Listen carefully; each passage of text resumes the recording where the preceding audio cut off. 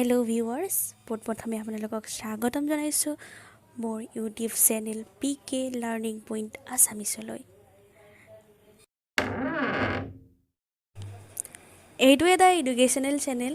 ইয়াত কেৰিয়াৰ ইনফৰমেশ্যনৰ লগতে দৈনন্দিন নতুন কুইজ বা প্ৰশ্নোত্তৰৰ ভিডিঅ' আপলোড কৰা হ'ব, য'ত থাকিব reasoning, mathematics, general English, general science, social science, Assamese language, GK আৰু অন্যান্য বিষয়বস্তুসমূহৰ প্ৰশ্ন উত্তৰ। যদিহে আপুনি প্ৰতিযোগিতামূলক পৰীক্ষাৰ বাবে প্ৰস্তুতি চলাই আছে বা এনেবোৰ বিষয়ৰ প্ৰতি জানিবলৈ আগ্ৰহী, তেনেহ'লে আজি এই চেনেলটো ছাবস্ক্ৰাইব কৰি ওচৰত থকা বেল আইকনটো ক্লিক কৰি দিয়ক। ধন্যবাদ। 1963 চনত কোনখন ৰাজ্য অসমৰ পৰা পৃথক হৈছিল? ইয়াত 4টা অপশ্যন আছে: ক নাগালেণ্ড, খ ছিকিম, ক ত্ৰিপুৰা, খ মেঘালয়। ইয়াৰ ভিতৰত শুদ্ধ উত্তৰটো হৈছে অপশ্যন ক নাগালেণ্ড। 1963 চনৰ 1 ডিচেম্বৰ তাৰিখে নাগালেণ্ডক অসমৰ পৰা পৃথক কৰা হৈছিল আৰু নাগালেণ্ডৰ ৰাজধানী হৈছে বৰ্তমান কহিমা। অসমৰ প্ৰথম ৰাজধানী কোন স্থানত আছিল? ইয়াতেও 4টা অপশ্যন দিয়া আছে: ক হৈছে গড়গাঁও, খ চৰাইদেউ, গ ডিব্ৰুগড় আৰু খ হৈছে শিৱসাগৰ। ইয়াৰ শুদ্ধ উত্তৰটো হৈছে খ চৰাইদেউ। পূৰ্বতে অসমক কি নামেৰে জনাজাত? ইয়াত অপশ্যন আছে 4টা: ক ভাংগা, খ কামৰূপ, গ আংগা, খ প্ৰাগজ্যোতিষপুৰ। ইয়াৰ উত্তৰ হয়তো প্ৰায় আপোনালোকে জানেই। ইয়াৰ উত্তৰ হৈছে খ কামৰূপ। শংকৰদেৱে বৰগীত লিখিবলৈ কি ভাষা ব্যৱহাৰ কৰিছিল? ইয়াতো অপশ্যন আছে 4টা: ক অসমীয়া, খ বঙালী, গ ব্ৰজবুলি, খ হিন্দী। ইয়াৰ শুদ্ধ উত্তৰটো হৈছে গ ব্ৰজবুলি। বৰ্তমান অসমৰ ৰাষ্ট্ৰীয় উদ্যানখন কিমানখন? ইয়াত 4টা অপশ্যন দিয়া আছে: ক 5খন, খ 6খন, গ 7খন, খ 8খন। বন্ধুসকল, আপোনালোকক জনাওঁ যে পূৰ্বতে অসমৰ ৰাষ্ট্ৰীয় উদ্যানৰ সংখ্যা আছিল 5খন আৰু বৰ্তমান 2খন বৃদ্ধি কৰা হৈছে। গতিকে অপশ্যন নম্বৰ গ শুদ্ধ উত্তৰ, অৰ্থাৎ 7খন বৰ্তমান অসমৰ ৰাষ্ট্ৰীয় উদ্যান। এই 7খন ৰাষ্ট্ৰীয় উদ্যান আপোনালোকক জনাওঁ যে কাজিৰঙা ৰাষ্ট্ৰীয় উদ্যান, ডিব্ৰু-চৈখোৱা ৰাষ্ট্ৰীয় উদ্যান, ওৰাং ৰাষ্ট্ৰীয় উদ্যান, মানস ৰাষ্ট্ৰীয় উদ্যান, নামেৰি ৰাষ্ট্ৰীয় উদ্যান, দিহিং পাটকাই ৰাষ্ট্ৰীয় উদ্যান আৰু ৰায়মন ৰাষ্ট্ৰীয় উদ্যান। অসমৰ 1942 চনৰ বিপ্লৱৰ প্ৰথম শ্বহীদ কোন আছিল? ইয়াত অপশ্যন আছে 4টা: ক কনকলতা বৰুৱা, খ সতী জয়মতী, গ কুশল কোঁৱৰ, খ উপৰোক্ত সকলোবোৰ। বন্ধুসকল, ইয়াৰ শুদ্ধ উত্তৰ হ'ব অপশ্যন নম্বৰ ক কনকলতা বৰুৱা। কনকলতা বৰুৱা 1942 চনৰ প্ৰথম শ্বহীদ আছিল আৰু তেওঁ 18 বছৰ বয়সতে শ্বহীদ হৈছিল।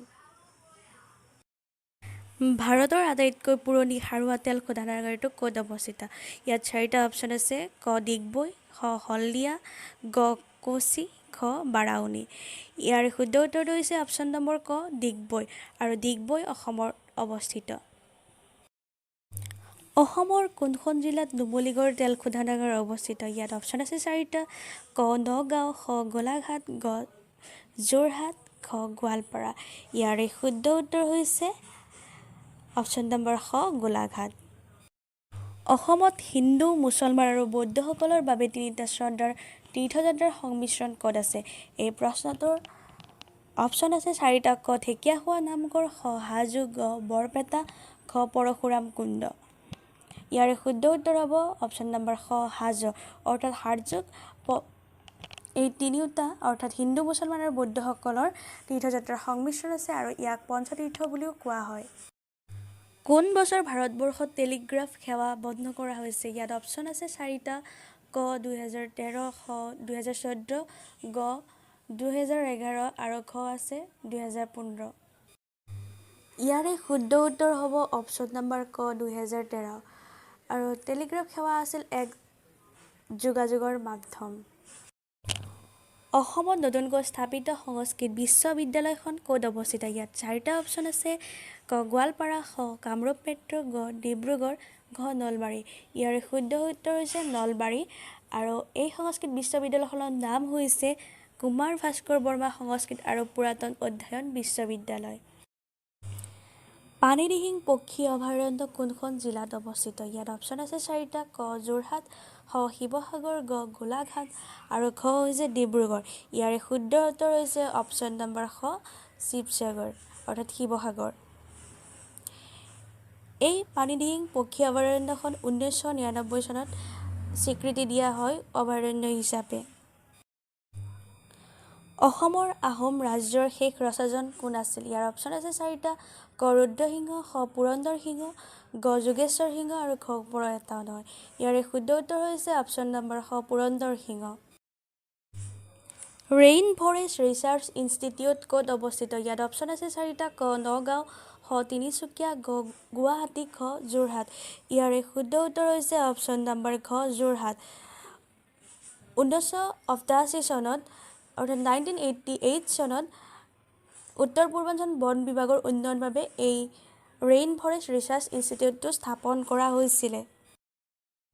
অসম লোকসেৱা আয়োগ কাৰ্যকৰী কৰা হৈছিলে কিমান চনত? ইয়াত অপশ্যন আছে 4টা। ইয়াত ক আছে 1 মাৰ্চ 1937 চন, খ 1 মাৰ্চ 1949 চন, গ 1 এপ্ৰিল 1947 চন, খ 1 এপ্ৰিল 1937 চন। ইয়াৰে শুদ্ধ উত্তৰ হৈছে অপশ্যন ঘ 1 এপ্ৰিল 1937 চন। কোনটো সম্প্ৰদায়ে কৃষি আধাৰিত উৎসৱ আলি আই লৃগাং উদযাপন কৰে? ইয়াত অপশ্যন আছে 4টা। ক বিৰু, খ কাৰ্বি, গ মিচিং, ঘ ৰাভা।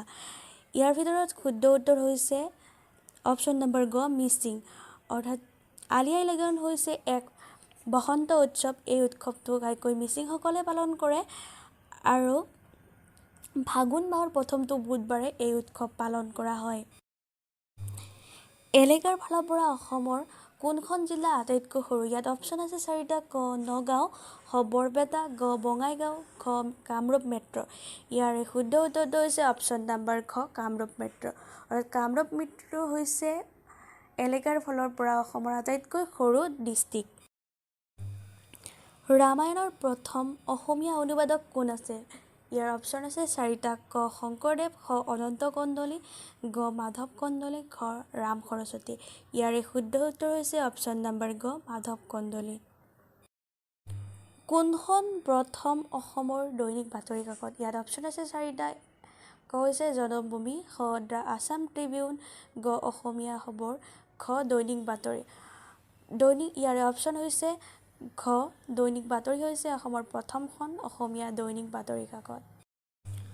কোনগৰাকী অসমীয়া অভিনেত্ৰীয়ে শ্ৰেষ্ঠ অভিনেত্ৰীৰ বাবে প্ৰথমে ৰাষ্ট্ৰীয় বঁটা লাভ কৰিছিল? ইয়াত অপশ্যন আছে 4টা।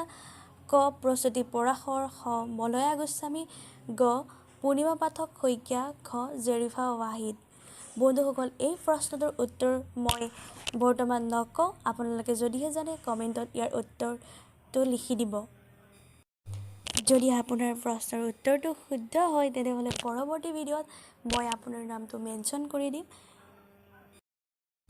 ভিডিঅ'টো যিহেতু ইমানখিনিলৈ চালে মোৰ তৰফৰ পৰা আপোনালৈ বহুত বহুত মৰম যাচিলোঁ। যদিহে ভিডিঅ'টো ভাল লাগিলে লাইক কৰিব, শ্বেয়াৰ কৰিব, লগতে চেনেলটো ছাবস্ক্ৰাইব কৰি কমেণ্ট কৰিবলৈ নাপাহৰিব।